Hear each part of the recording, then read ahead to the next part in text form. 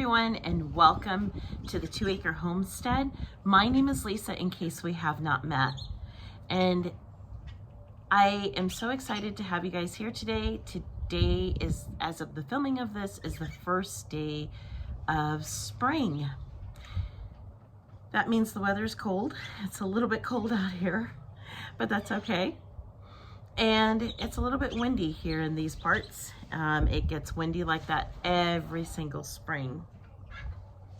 But just like all of you, I've got a laundry list of things to do in my gardens. And spring means it's time for us to start getting reacquainted with our gardens because they've been asleep during the winter months.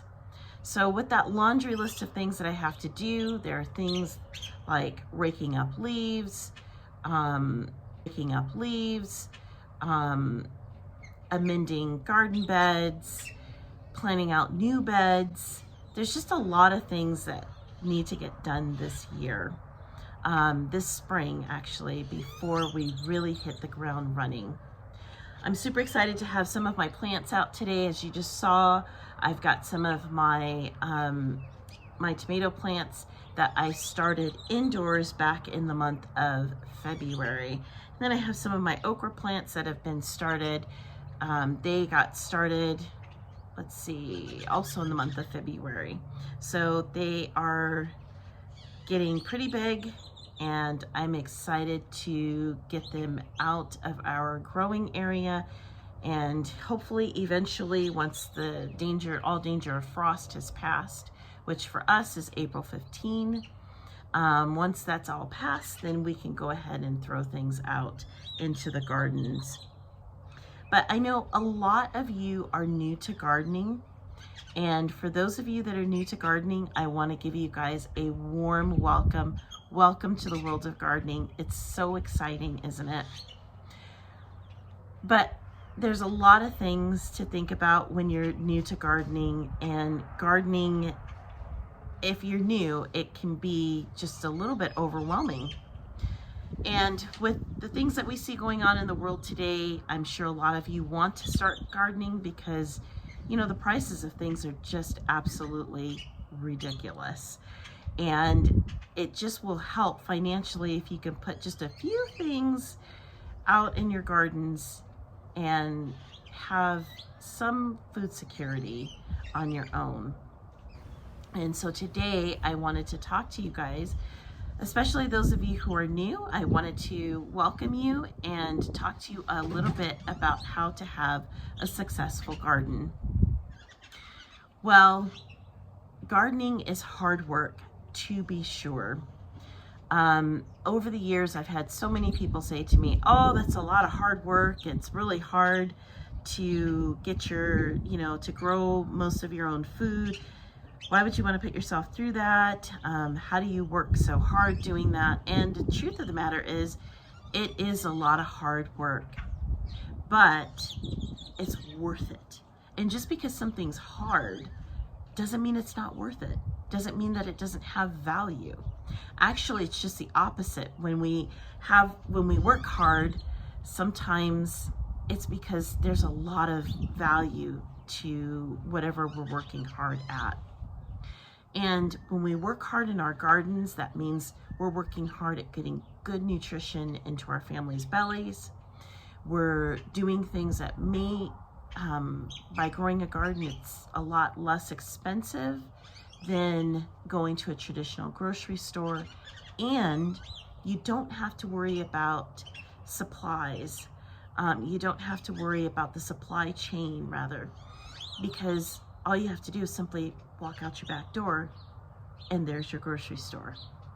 So I have a few tips that I want to share with you guys. It's actually just 4 tips here on this channel that I'm going to be sharing with you guys on how to have a successful garden this year, the 2023 gardening season.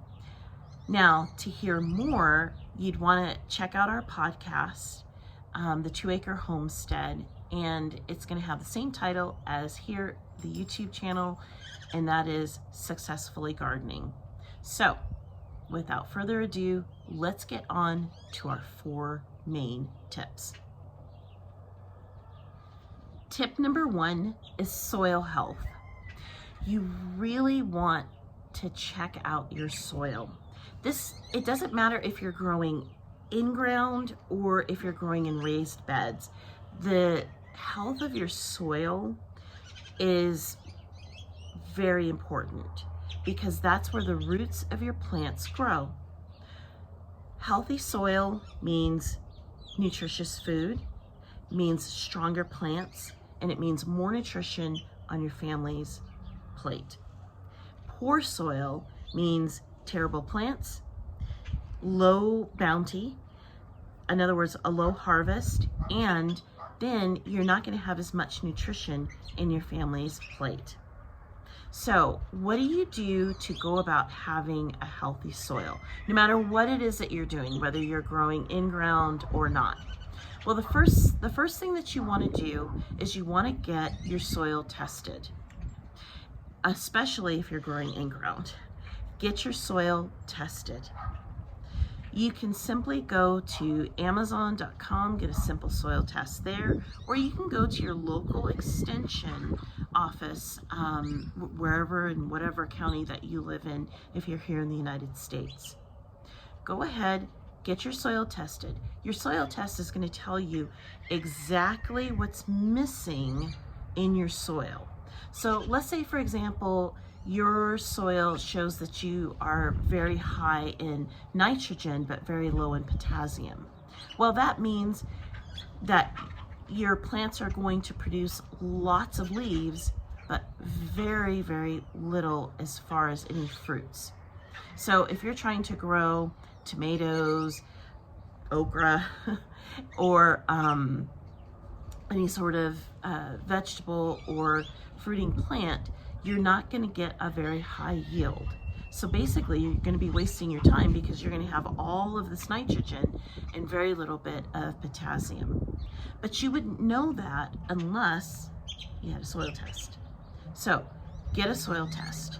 Now, what if you're just planning on growing in raised garden beds and you're planning on just buying your soil? You're planning on going to the big box store and you're just going to go ahead and just bring in bags of soil.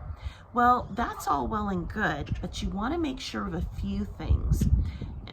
The first thing that you want to make sure of is that you're buying the right kind of soil. Garden soil is probably the best thing that you want to do. Get some garden soil, mix that up maybe with a little bit of vermiculite, maybe a little bit of perlite, and some mushroom compost, and topsoil.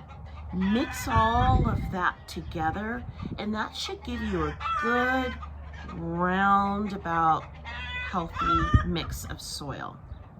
I would steer clear of anything that says that it's designed specifically for raised garden beds, because there are some things that they're going to be lacking.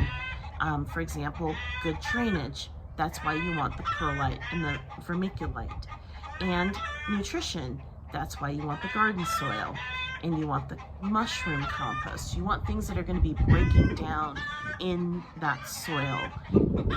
So if you're getting bags of soil, that's what you would want to do. Tip number 2, weeds. Weeds can easily take over a garden.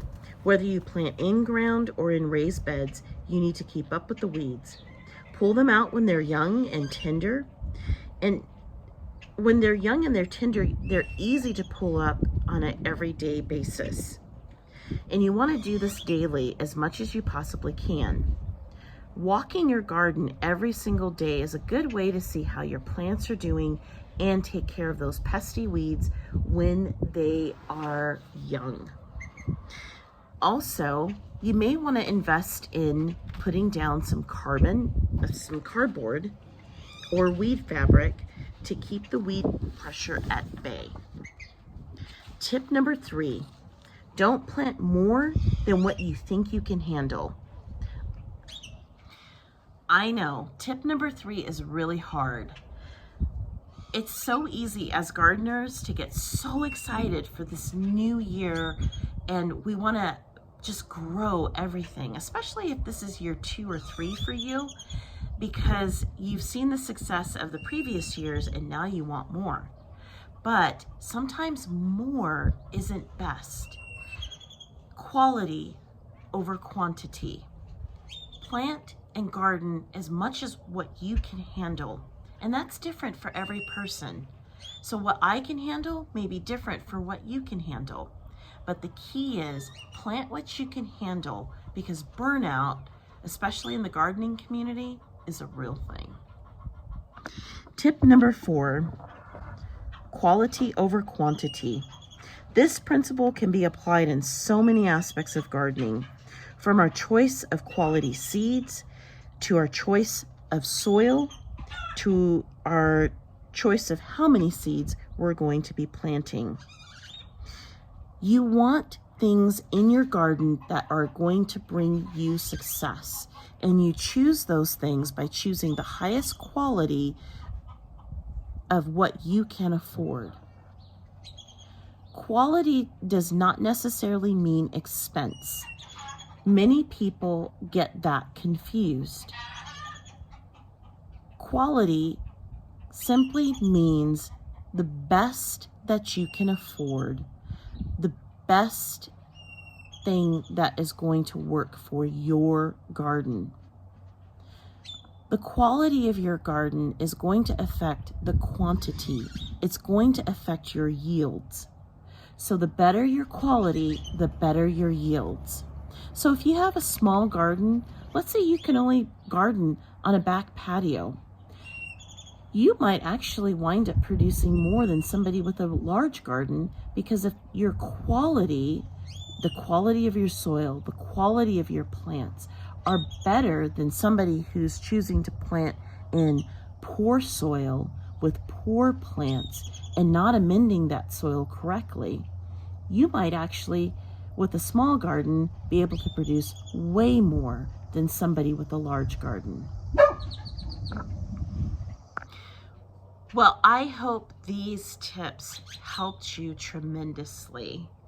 And again, for more tips, because I'm going to be discussing more, hop on over to our podcast, The 2 Acre Homestead, anywhere where you get your podcast, because we're going to be talking about even more tips on how to grow a successful garden this year, the 2023 gardening season.